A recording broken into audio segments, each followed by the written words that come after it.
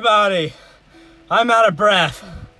Jaden is too. He's here. Yep, that's me. Today, we're going to talk about some more Pokemon stuff. There wasn't a Pokemon video last week, and because of that, I would say I'm deeply sorry, but to be honest, I'm really not. Yeah. Right. Pretty much me and Jaden have both beaten the game now, beaten the main story. I'm still in the post game. Jaden will never play that game again. Oh yeah, I have gave back my copy to Corbin. I'm finished. Yeah. So, yeah. I say we just go ahead and talk about all of it, right? All right. What we thought about the story and all of that. Spoilers ahead. We'll be spoiling a lot of stuff. So if you don't want to be spoiled, probably shouldn't watch this. You know what I'm saying? Oh yeah. So. But be sure to like, subscribe, and oh yeah, ring do all that notification jazz. Yeah. Go check out the links in the description. We've got the Discord link in there. Come join the Discord. We have the Twitter's on there. Come follow me on Twitter. What else is down there? Subscribe to the YouTube channel. Anyways, let's do all begin. that stuff. Yeah. So, Pokemon. What did you think of the story in these games, Jaden? The story is actually pretty decent. Exactly. I guess the villain would be the professor. I guess, but I'd say we want to start with talking about our three main storylines. Okay. Right? We have Path of Legends, we have Starfall Street, and we have Road to Champion. Victory Road, yeah.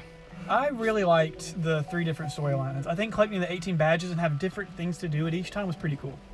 Exactly. I think my least favorite has to be Starfall Street. Yeah. I think and that's mainly just because of your friend in there who is Penny. Yeah. I feel as if her role really isn't expanded on until the Way Home storyline later. So it's really just sort of there in a way. And right? also, I feel like the Starfall Street things were kind of just... They were kind of like gym battles with extra steps, where you had to fight a final trainer that had a specific type.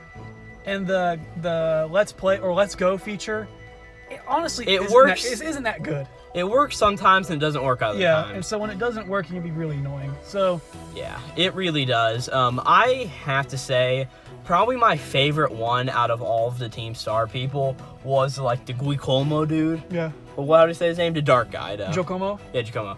I really liked how his storyline put off, and I think they all have really good sort of character arcs, just all wrapped around the Cassiopeia, who of course is Penny, which... Yeah. What the fuck? I really like the ninja guy, the Shinobi guy. Yeah, Atticus. That has a strange way of talking. Yeah. So I'd say my least favorite definitely had to be, what's it called? But I do like that Team Star is kind of just like really just a band of rejects. Exactly, and I do like the whole thing of how our reused character asset, Clive, and, what's his name in your version? It's Clive, yeah. No, what's the director's Director name? Clavel? Oh, is it Clavel in both versions? Yeah.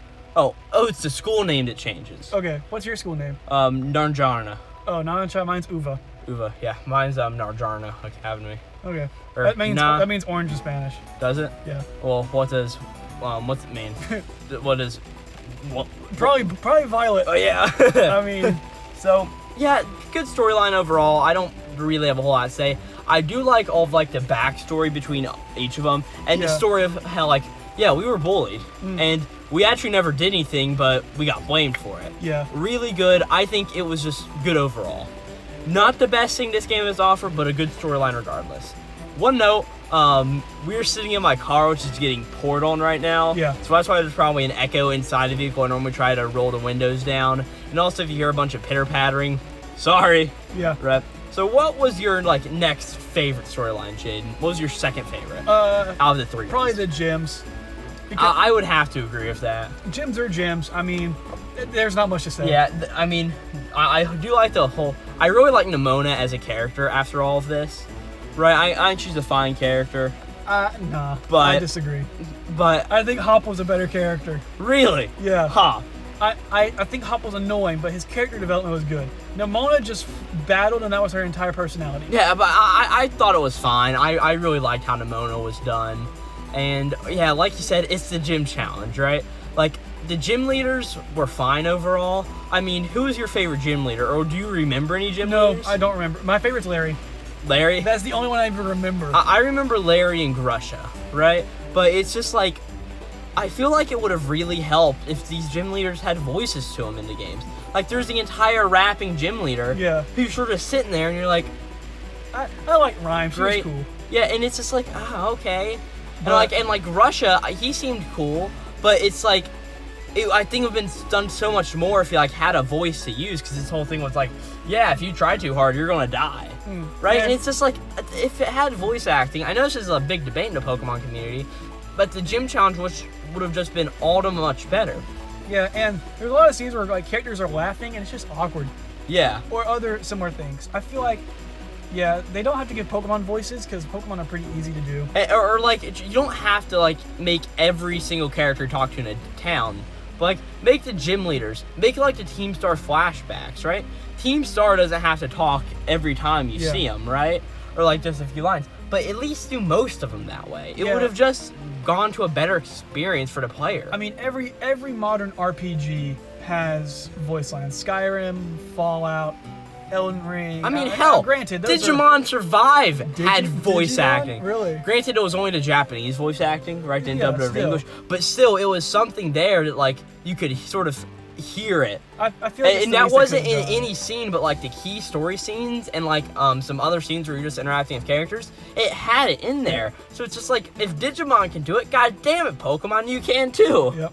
I mean, Digimon Survive only sold 500,000 copies. Damn. And how many copies has Pokemon sold? It sold 10 million in 3 days. 10 million in 3 days, yeah. Like, it's insane.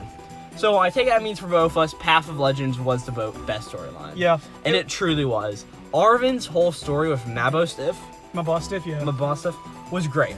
I mean, I can't look and see him having any other Pokemon besides that thing. Yeah. Right? It was a really good thing, and at the end of the Path of Legends, of course, you get the foreshadowing into, okay, Professor Sada, Arvin's mom issues, and in your version, dad issues. Yeah. Right? It's just something that's there, and it built up and paid off very well. Yeah, one thing I didn't like was how you'll go do like a gym challenge or a Titan Pokemon or a Team Star, and coincidentally, the associated person's always there. But I mean, it's a kid's story game. I mean, whatever. I mean, it's better than having to do it linearly. Yeah. Right. And they always, like, at least with Team Star and Path Legends, whenever you get in the area, they call you like, "Hey, are you in the area? There's something going on around you." So that's fine. I mean, out of all of these three characters, Penny, Pneumonia, and Arvin has to be my favorite. Yeah. Arvin is just arguably the best. He's got the most development out of anybody. And I feel like he has a character. Pneumonia kind of just feels like... But I have to say, they all seem to get very good characters in the Way Home storyline. Yeah. Because all the characters talk to each other, and they have, like, some actually deep conversations about... Should we get into that? Yeah. Okay. So The Way Home, if you haven't beat the game, which I don't know why you're watching this, right? It's the final storyline after you beat everything else, close all of those stories. You do The Way Home storyline, and there, you pretty much go into Area Zero to explore and catch Crydon and see what's going on with the professor. Yeah, I really like this part of the game. I think this is peak. This is peak Pokemon right here. It was. The one thing is, I wish you could run through it.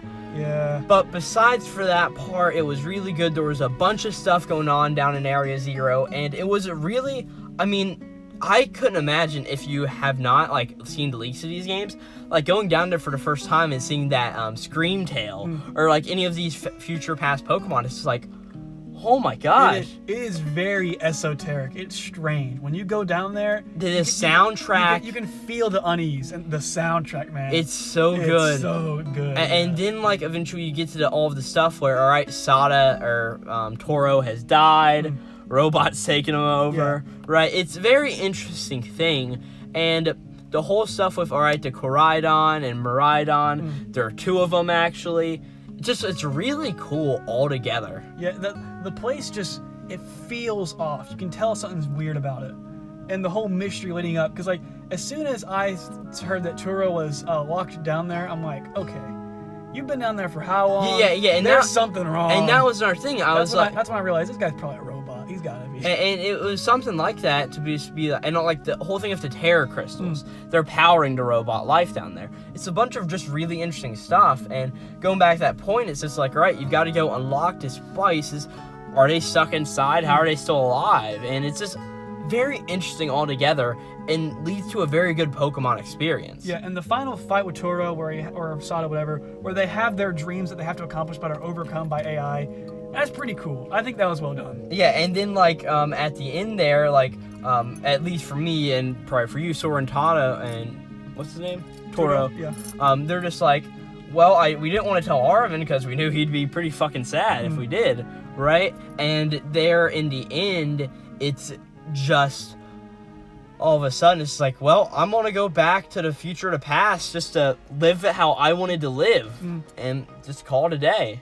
It's just a really good payoff for what the story entailed, and for a storyline that you can beat in 3 hours, it's peak Pokemon. And then it ruins it all How? with Ed Sheeran.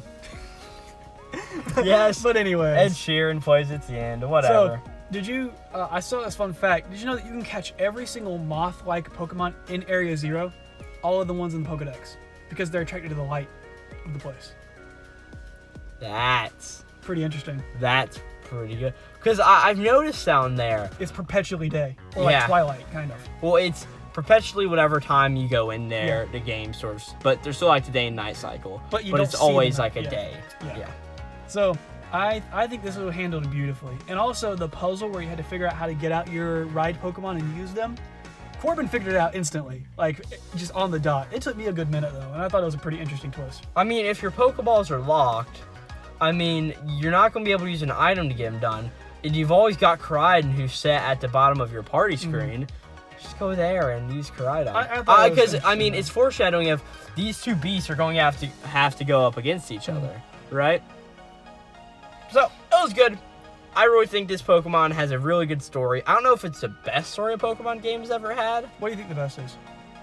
Black and White. Okay. It'd have to be between this and Black and White. Because I've never played Sword Black and and Shield had a shit Oh, story that sucked, yeah. with Shieldbert. I think Gen 8, Sword and Shield, it had good gym leaders. It had a few good gym leaders. The gym leaders were very memorable. The gym fights were memorable. Not really. And I think that... I mean, looking on this game compared to Sword and Shield, Trash Slicing is a better mechanic. I like that there's actually an Elite Four in this game. I actually really like this game's Elite Four. I couldn't care less about the Elite Four. I thought they were pretty lackluster. I really liked Rika as a character. Poppy was fine. Having Larry come back. I love Larry. And then just the old dude, Hassel. They just have a really good dynamic together that I don't think a lot of other Elite Fours really have, and it was shown very well in this game. Yeah, because I've played, personally, Gens 3, 6, 7, 8, and 9. I have personally played Gens 3, 4, 7, 8, and 9. Okay. I've never actually played Gen 5, but I know its reputation, so... But I think this is the best story that I have played. Gen 7's story was garbage. Gen 8's was not good. Gen 6's wasn't very good. And I played Gen 3 by playing Omega Ruby. And it's one of those earlier Pokemon games where it's just evil team wants to take over the world, stop them. Yeah. And, like, the evil team in this game, I mean, I really liked how they sort of had, like... What do you call that? A redemption at the end, right? Yeah. Like, their team star bases are used for training facilities. It's a really cool note. Yeah, and I like Director Clavel. I think he played a good role throughout the story. Yeah, Clavel was really good. I mean, he, like, the professor of the story is not even the professor. You don't even interact with him. No, like, the professor of the story is Jock. The professor of the story to me was Clavel, I thought. But I also thought him coming as Clyde was really stupid, but I did enjoy it. I did see a few memes like, well, I can't believe this game, you're reusing character They're assets, so god lazy. damn it. They're so lazy, they reuse character assets. Yeah. And I do like you can interact with Clavel a few times, and like, yes, so what hairstyle's in?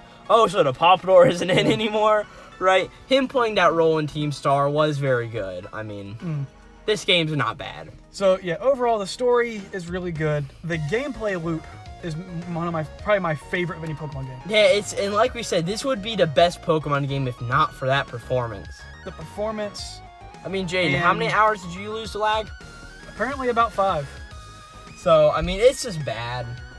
Yeah, it sucks that such a amazing potential was wasted. Yeah.